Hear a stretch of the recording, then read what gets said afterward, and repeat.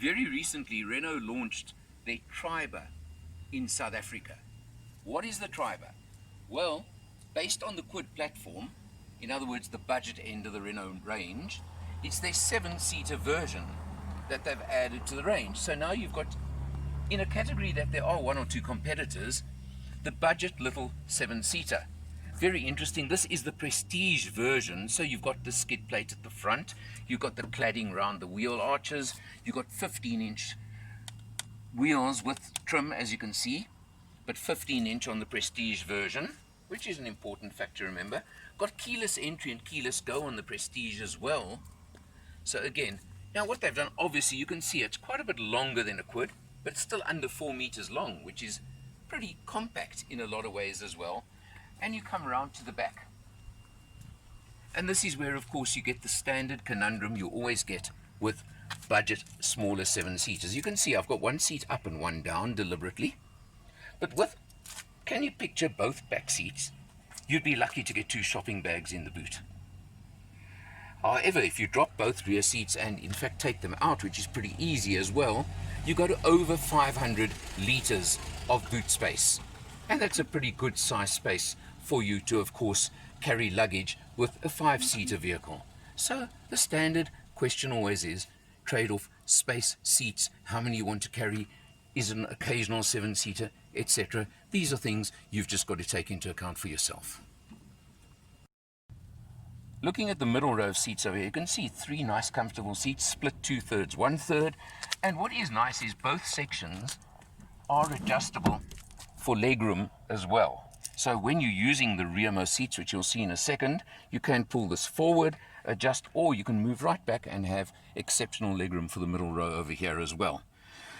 To get to the rearmost, you flip that, comes like that, and let's see how difficult or easy, even with a hat on, it is to get right into the back of the car. And you can see a bit of a climb, a bit of effort involved, but there you are, I'm right in the back. I've left that seat, you can see over there, it's obviously built for children more than adults right back here. But I suppose adults could live with this if you really wanted. But remembering, as I mentioned just now, there's no boot space when you do this. Behind the wheel of the Triber, you can see it's got pretty nice instrumentation, very basic obviously. The 40-litre tank we've done is showing half and still showing a range of 400 kilometers, so I'm pretty impressed by that. You've got a rev counter over there. And of course, on today's budget cars, deemed so important by a large portion of the market is your touchscreen facility. It seems to be the kind of market that are buying these cars, they deem this very important.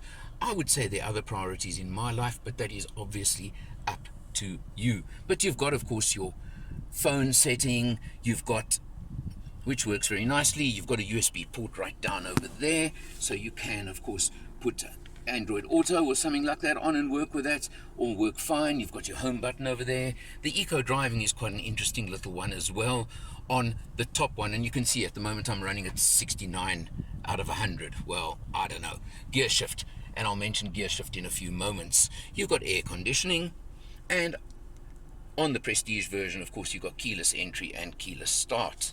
Very interesting down here, you have got a little cubby over here which does even have cooling on it on the top Prestige version.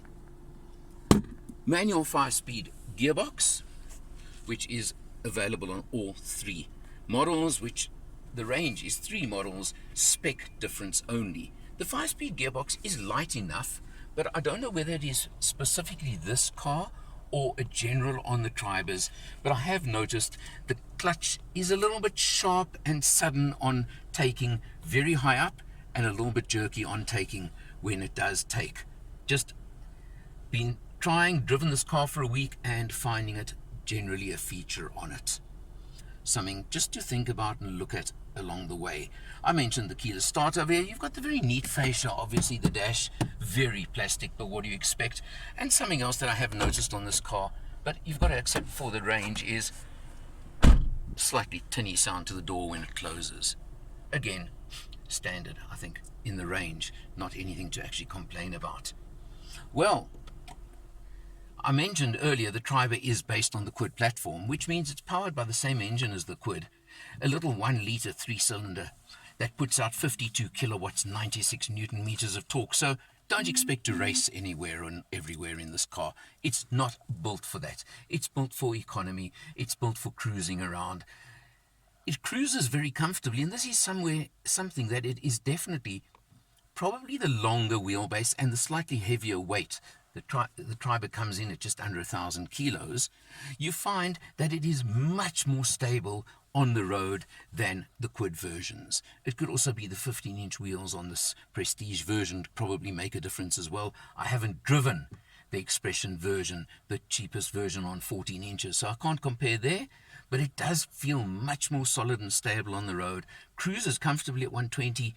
Buzzy, yes. Remember, 3-cylinder engine, 4,000 revs at 120, so it is very, very buzzy at that range, and that's one of the things. But you look around behind me, you've got nice cloth on the seats, it's very comfortable. I showed you the adjustable legroom depending on how many passengers you got. But now one other point I want to mention on this is it's interesting to know what market exactly Renault are looking at with this vehicle. Because if they're looking at young families, something that I feel is definitely missing is Isofix fitting points for baby seats in the middle row. Maybe I'm expecting a lot, I don't know, but I just feel, particularly on the Prestige version, if they would add that, this would be a great little family car for a young family. But it's a sad lack, unfortunately, as it is. And personally, I would sacrifice one or two of the niceties to have something like that. Prestige as opposed to Expression, let's just chat there for a minute, because I was thinking if you're using this as a utility that can carry 7 people, maybe the Expression version, which is 25,000 Rand cheaper, could be a great option. What do you get for the extra 25,000 Rand? Let's talk there. Well, you get the 15-inch wheels I mentioned. You get the skid plate and cladding. Those are all fine, okay? You get the touchscreen. Well, that's a good one and an important one. You get the keyless entry and keyless go. Again, I think at the budget end of the market, those are not crucial or essential. What you do get as well, that I think is a big thing, is you get 4 airbags on the Prestige as opposed to 2 on the Expression. So the safety factor comes into it there. It's a question mark only you can answer. Now, I'm mentioning 25,000 Rand. What's the price? Well, as we're driving this one, the Prestige, 196,900 Rand. You can get into Expression, mechanically identical. I've mentioned the differences in spec, for 171,900. Definitely the budget end of the market. We know that, and the budget end giving you space for up to 7 people. Both models do include a 2-year, 30,000 kilometer service plan in the price as well. So that's very competitive. Overall, well, what's the competition? What's the opposition? Datsun have the Datsun Go. It's about the only one really similar money.